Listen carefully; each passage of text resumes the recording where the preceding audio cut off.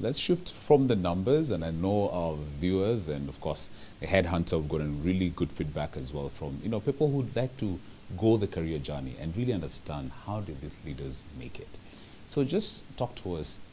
You're now CEO. Did it come by surprise?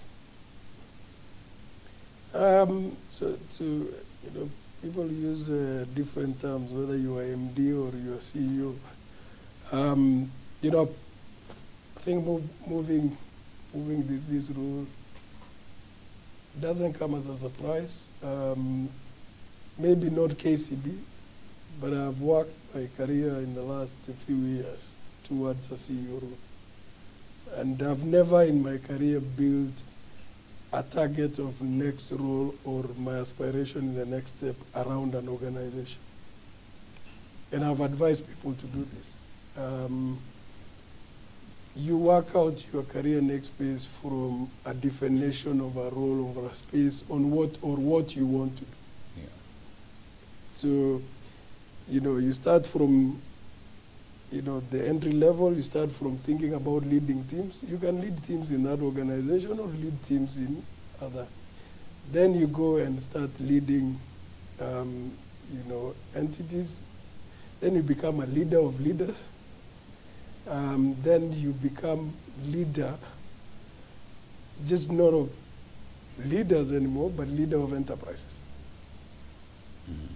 Because leaders in those enterprises are leading leaders. Mm-hmm.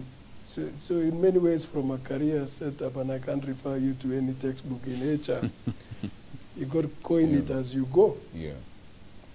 Is you must define your career path.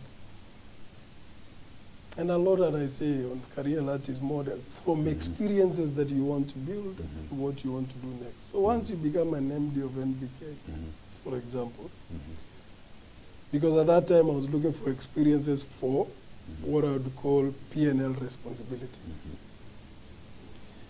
So the next natural step is then you want to be at a CEO level. So not surprising, it wasn't a KCB build on my career.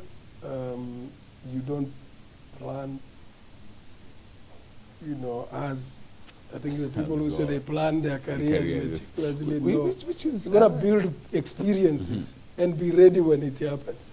Because the normal way, if I may, and I know during your Strathmore Business School days where you got your MBA, is that whole career lattice model you mentioned, and it is not normal because everyone just says, it's a standard way, 2 years here, 2 years there, 2 years there, but in your side, you say, just have an open mind and just see how these whole balls play out.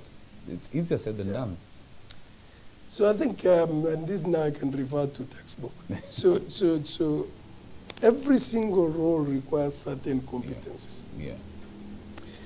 And, Laban, how do you define a competence?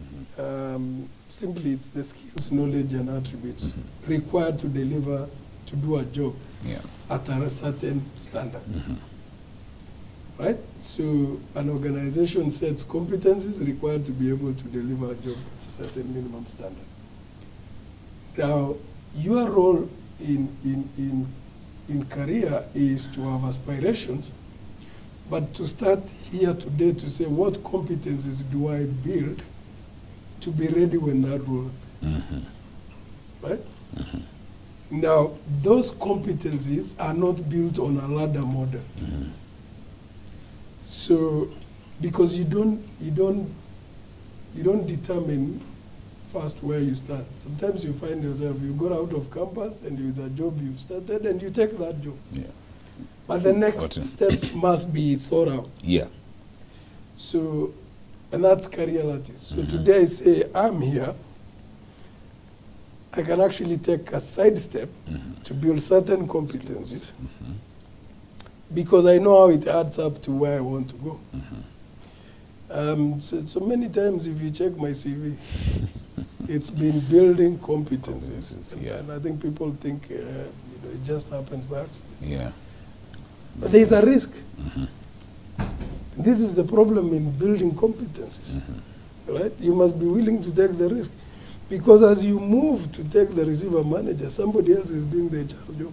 True. And that is a short-term job. Yeah. So you must know what value is going to come through from your competencies. Yeah. Because there's a chance you will not come to that job. Mm-hmm. And look what happened to me. I ended Mm-hmm. up coming back and I was Yeah. Group Regional Business Director. Yeah. It was a new job.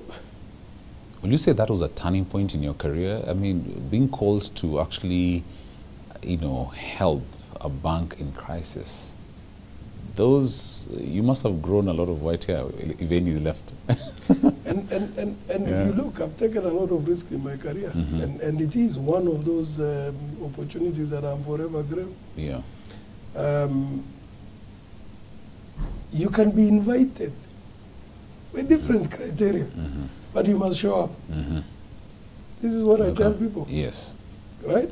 You can choose that it's a lower job, you don't no longer go to exco meetings because you're on that side. Yeah. You show up, because that's going to determine your future.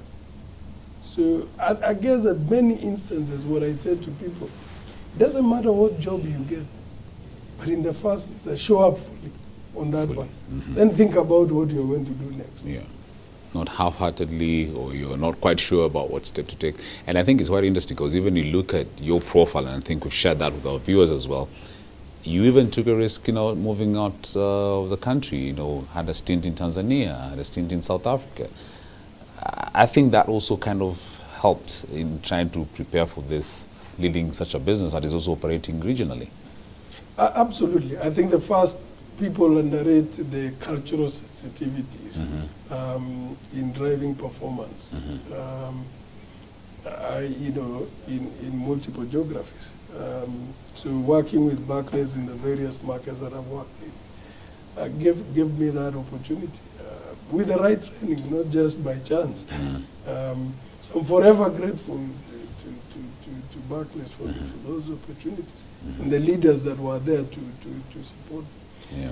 But it is very important for you when you sit as a leader and you understand the market that you are in is not what the other market is. And why?